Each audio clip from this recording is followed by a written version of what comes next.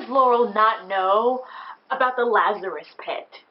After 6 months, no one brought up, oh, hey, Laurel, you're probably wondering about Thea. Well, Thea was resurrected in a totally gooey frog pit somewhere in Nanda Parbat ages ago, and we never brought it up. Like, it's so infuriating. I don't understand why she's being kept out of the loop of something that's so important, especially since her sister's death, which was bullshit in the first place, was a complete and total plot device to push up the whole Malcolm, Ra's al Ghul bullshit in the first place. I don't get it, I don't understand it, and I don't like it. But here we are. And then on top of it, fandom is going to be pissed at her because she resurrected Sarah by digging up her body, and they're like, why are you so stupid, Laurel? Why are you so stupid? Why? Okay, so let's talk about Arrow and the bullshit that is Oliver Queen, because he thinks he can come back after 6 months of being AWOL and be like, Thea, you're out of control. I don't understand what happened. You resurrected her, then you waited a few weeks, and you left for 6 months. Like, don't you think that if someone's gonna be hurt by a magical, mystical pond, that you should probably wait to see the results, not just dip to go play house with your girlfriend for 6 months? But no, not Oliver Queen. Oliver can just leave and come back and preach about how everything is bad and how you're out of control, Thea, even though you're doing exactly the thing I did in season 1 until, you know, my best friend got killed and then I had a whole moral awakening. And just like, he talks down to so many people, including the women on his team, so often. I'm just kind of like, alright, dude, I get it. You're right, but you don't have to do it and prove it by trying to twist her arm. You can, you know, have a rational, reasonable conversation, but then again, this is Oliver Queen, the human pap smear. So I guess we have to deal with this. I just don't understand why he can't just be communicative, you know what I mean? It don't just be like, you're wrong, no, how did her being magically resurrected not come up within 6 months? I mean, 6 months! Like, and she's living with Laurel, the girl whose sister she killed. Like, I don't understand, like, this did not come up at all. No one was ever like, hey, okay, accept it. I do really like the storyline going out with Felicity and Curtis, because even though Felicity should not be in charge of a multi-billion-dollar company, or I guess million-dollar company, I don't think it's multi-million anymore. I think it's a role that she can grow into. I think it's good to see her having a storyline that doesn't have to do with Oliver. It's her own thing, and she's got, you know, her own team in that company, and we can trust Curtis because, well, I don't want to spoil it for people who don't know comics or anything like that, but he's a good guy, and so it's good to see her have her own support system, have her own drama to deal with, and to be a leader in her own right. I think Felicity has earned that as a character, and the less screen time she can have with Oliver, the better it is for me. We need to see her, though, make smart leadership decisions, because the thing about, like, even though what she's doing is very nice, like not want to lay off people and stuff, it's very idyllic, but it's not realistic and not a good idea to pin all your hopes and dreams of people's livelihood on a mysterious creation that you have, you know, a couple months to come up with, you know. We know that she will, because it's the CW, it's Felicity, they're not going to tear her down, but at the same time, it's like, let her be a strong businesswoman and not just have to be like a bleeding heart. Because you can be a compassionate person and be a businesswoman and understand the thing. Like, she doesn't have to be Carly Furia, but she can, you know, still be seen as competent. Diggle, of course, still Team Diggle, still loving Diggle. Love that Diggle and Felicity got to, sorry, not Diggle and Felicity. Although we should have some Diggle Felicity scenes. That's my favorite bro TP of Arrow, is Diggle and Felicity. But we had a nice Diggle Laurel scene where, you know, Diggle has his own secrets. He's about, you know, Deadshot having been hired by Hive to kill his brother. He tells this to Laurel. Laurel's like, you haven't brought it up to anybody, secrets, lies, bad stuff, etc., and so forth. I'm glad that Diggle's also getting his own stuff to do. Like, Diggle has always had a really good balance of being a supporting character but being very much in the forefront, and I'm very happy about that because it's like one of the big minority characters on the show. It would have been very easy for him to just be the black best friend and that's it. But they've always done a really good job of letting him be more than that. Then we have, oh god, Oliver running for mayor. Just like, okay. And the fact that he'll probably win is just so aggravating to me. I apologize for the honking. It's so aggravating because, like, it's Oliver Queen. who would vote for him? Like, I don't understand, like, what is his experience? He failed at running a business. He was a party boy. He has illegitimate children walking around everywhere. It's just like, all the sex scandals that would come out would just already be enough. But I guess this is the same world that wanted us to believe that Moira could be mayor, even though she helped domestic terrorism. Because people love a redemption story. Like, people love a redemption story, but they don't want to hire someone who tried to destroy half of a city and successfully did. Like, you killed hundreds of people. Like, are you crazy? But then I love, see, the thing about the Arrow fandom. The Arrow fandom hates Laurel so much on a level where it's like, you're contradicting shit that you've already seen. Like, y'all were so happy to have Sarah come back. Y'all were like, Sarah, true black canary, yes, Sarah. Like, you know she was coming back in this motherfucking Lazarus pit. You knew she was going to be resurrected. Y'all knew this from Jump Street because you've seen the promos. You know she's going to be on DC Legends of Tomorrow. So you know her ass is coming back. How did you think this was going to happen? You saw her in the fucking pit. You knew she was going to be put in the pit. And you're like, Laurel is so stupid. Why she going to beat up Sarah? Why she going to put her in the pit? Didn't she see that this is really... Like, you all... We're so happy to have Sarah come back. Y'all knew she was going to be this motherfucking Lazarus pit. And now all of a sudden, because Laurel is putting her in the pit, y'all are all like, no, this bitch is dumb. How she going to do this to Sarah? How she going to do this to Sarah? How she going to do this to Sarah? Do you want Sarah back or not? Do you want Sarah back or not? And it's like, for me, the problem I have with this storyline is not even that element of it. Because I assumed that Laurel would have a pivotal role in bringing her own fucking sister back to life. Seeing as how she was the only one that cared about Sarah being dead after she was killed, because Oliver was just kind of like, whatever, let's let Malcolm live, because he's Thea's biological daddy, even though Thea don't give a fuck about him, but whatever. My problem is that, A, Sarah should never been killed off in the first fucking place. That was a huge mistake. Them correcting it is just going to make even bigger plot holes, because if they're going to bring her back, they should have brought her back when she first got killed. But they couldn't, because they wanted to bring in this whole Ra's al Ghul storyline, and because Oliver's not Batman and should have no place in Ra's al Ghul's lifestyle, they had to figure out some kind of like knee-brain way to bring him up, which meant killing off Sarah, purging her for bullshit, and now bringing her back to put her on another show for what? For what? The whole thing is just a waste of Sarah's character. Like, if they weren't going to completely use her, didn't want to have her be a permanent fixture on the show, just have her be, you know, sapping it up another part back with my girl Nissa. Like, why do you have to kill her off and then bring her back and then we just see her body? Like, the way Sarah is using this narrative to, like, she's just a prop to these people, and it's frustrating because she's a really good character, a really fun character, and I'm looking forward to seeing her and Laurel teaming up, Canary team up. Like, that's what I'm fucking with right now. This is just an end to a meme. I just want her to come back, Constantine to make his cameo so we can have a little bit of that, and then that'll be it. I don't give a fuck about Oliver and what his feelings are going to be, because I bet you, he's going to be like, Laurel, how could you? You know how dangerous this is. But it's like, you did what you had to do to save your sister, but nobody else, right? I see you, Oliver. I see you, and you're a dickhole. But that's Oliver Queen for you. What can you really expect? This was a fun episode overall, just because it stops on really important plot points. But overall, I was like, okay, this is also going to set up a lot of bullshit that has to be continued on. But that's typical of the era. But now, let's get rid of this green lipstick, and let's go talk about The Flash. I've been loving this season of The Flash so far, personally. I think that most of the character development makes sense, mostly.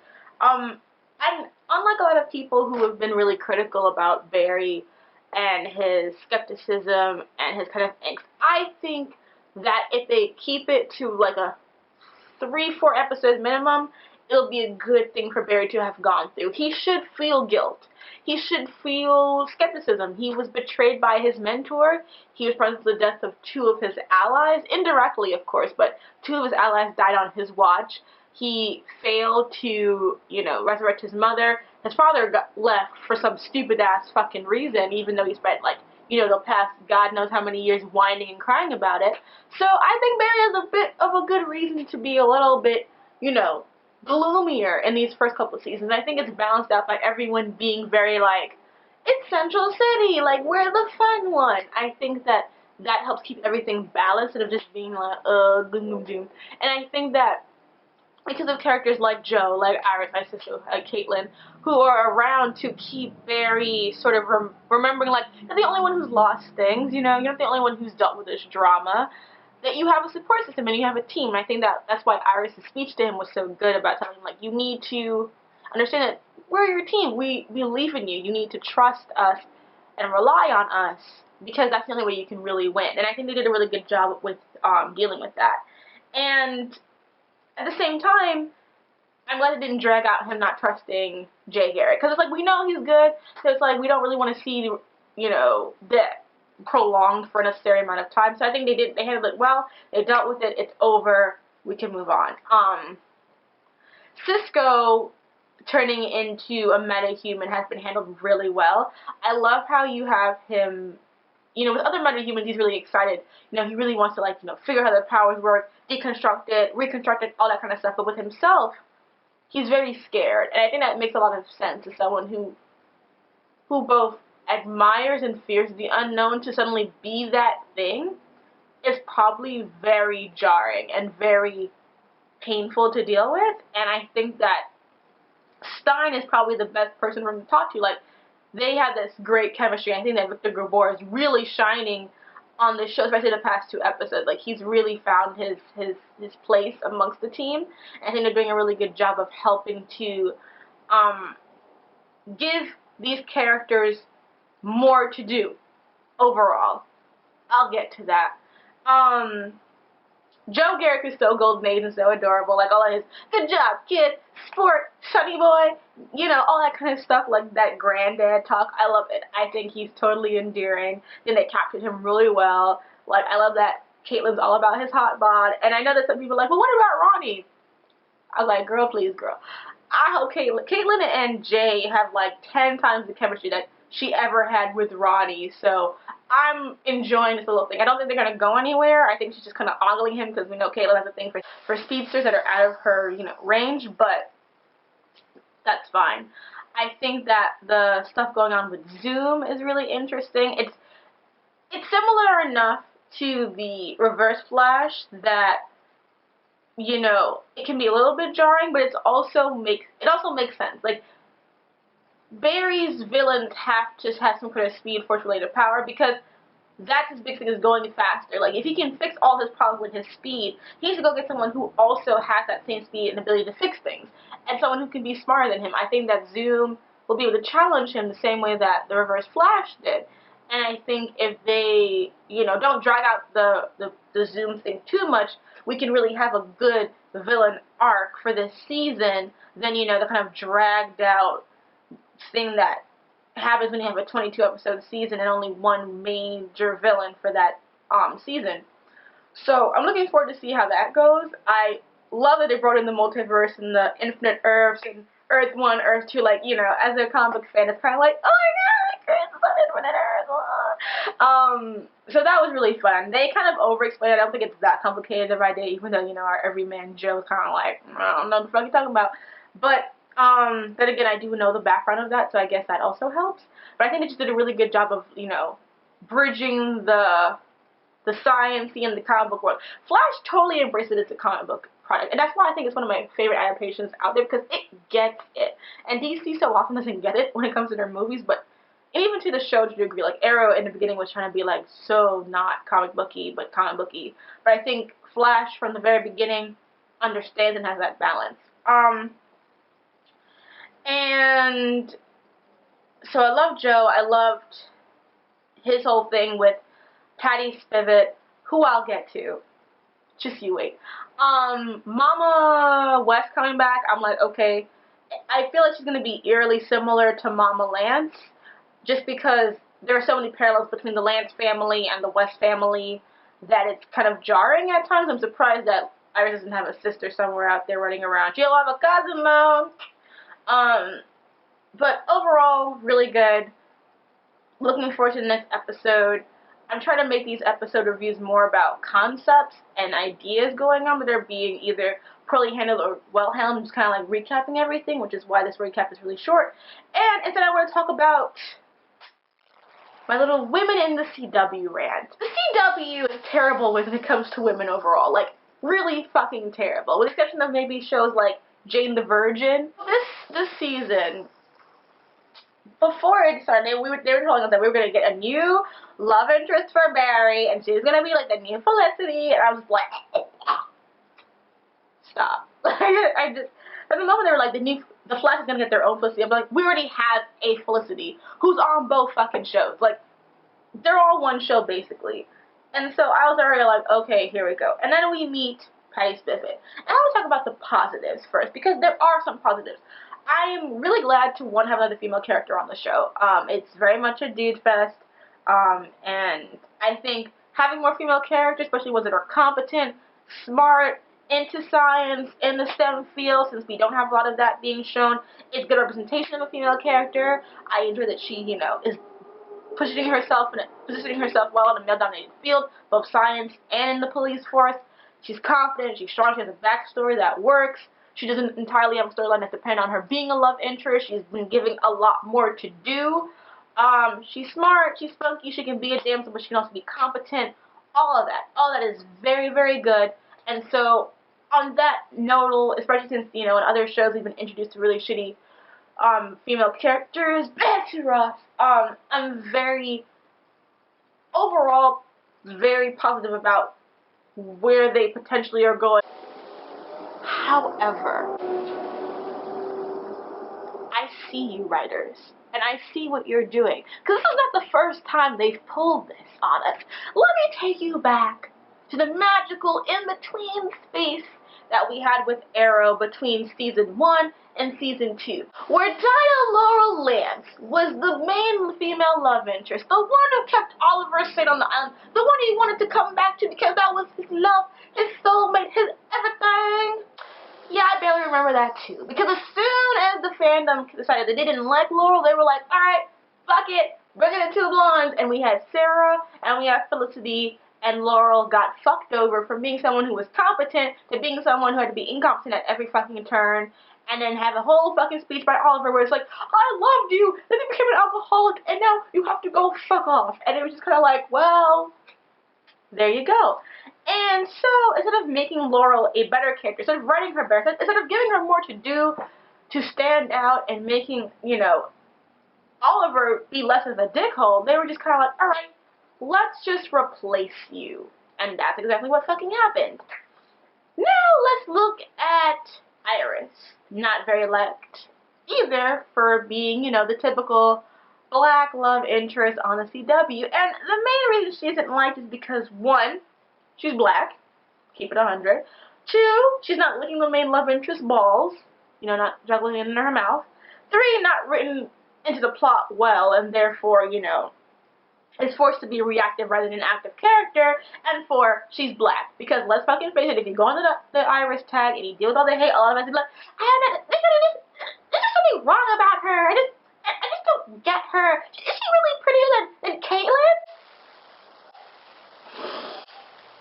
Of that list, only number 3 is valid. And the writers, bless their hearts, are trying to fix it. Trying, so that they're giving her more screen time. Now that she knows the truth, she can be properly integrated into the team. All that is good. What they also need to do is they have to let Iris use those skills that we're supposed to know that she has. Like, apparently she can hack, which, you know, she can detective work. Does she do it on screen? Never. But we are told that she can do it. So how about you have her be an active member of the team? Not just be like, Barry, you can do this. Because that's great. And I think that she's always been Barry's friend. She's always cared about Barry. But Barry, you know, he had a crush on her. It blurred the lines in their relationship. It made things confusing and weird. And all that was put on Iris, even though Barry was equally responsible for it because he didn't understand what no meant. And because she made him feel sad, wasn't licking his nutsack, now all of a sudden we have to push Iris off to the side, which I don't know if they're going to fully do that yet. But it feels like they're going to, because why introduce Miss Spivet, who is, as she first meets Barry, just all of a sudden the balls just enter the mouth. Just like, ugh. It's like, she's a science person, she knows all of Barry's work, she's like fangirling Barry, like, oh my god, you're so brilliant, I love your work, all of that shit, you know, and clearly gorgeous. You know, she's in this uniform, but if you've seen the actress before, you know she's fucking gorgeous. And she's blonde and white and everything fandom loves. And it's so transparent that the thing that's keeping me from disliking her on the spot is the fact that I know that it's not her fault. It's not her fault that she is being used as a concept, as a cliche concept in this series. It's the writer's fault because the writers are being so transparent about it. Like, if you wanted Barry to be with Felicity, let him be with fucking Felicity. Like, if he had to be with a female character that wasn't, you know, Iris, I could deal with Felicity because he and Felicity actually have really good chemistry. They were introduced together on Arrow before. That would work. But no, you want her to be put with Oliver. You want him to be put with this rando. It's kind of like, it's transparent. It's not a natural occurrence. The same thing would happen with Linda Park. Like, first of all, you should never fuck with Linda Park in the first place. You should. That's Wally's boo. That's Wally's boo. You should never brought that up, but you did, and that was fucked up as well. So, you know, and then it's just like, it's not fair to Iris either, because Patty gets to be dynamic, smart, competent, capable, introduced to the plot, really well interconnected into her first fucking episode, and then has started to do this with Iris for the entire fucking first season. How does that happen? How do you do that? How do you completely fuck up with one character and then completely just uplift another one and be like, how does that happen? It's incredible to me, and it's just like, let Iris be the female lead. And people are like, well, why are you worried? Iris and Barry are like comic book endgame OTP. You're just being a hater. Like, let a bitch live. And I'm just kind of like, first of all, I don't want Patty to die. And I don't want Caitlyn to die. I just think they're boring. Well, I think Caitlyn's boring. Patty is fine so far. My thing is this, okay? You know who else was comic book OTP at a couple from, like, the 80s? Dinah, Laurel, Lance, and Oliver Queen. And what happened? Laurel got kicked the fucking curb. So, in my opinion, they can also kick Iris to the fucking curb. I think that's bullshit, because Barry and Iris are on some Clark and Lois shit. And you don't fuck with Clark and Lois shit. And I know people be like, what about fucking Wonder Woman? No. No. No. Clark and Lois, Barry and Iris, Mary Jane and Peter Parker. That's how it works, god damn it. And I am not okay with them fucking this over because fandom doesn't like Iris as much as they could. Listen, fandom always hates black girls that are in the way of their white penis. That's the way it is. Just stop it. So I see you, Patty. I see you. I want to like you, but I see you. See what happens next week.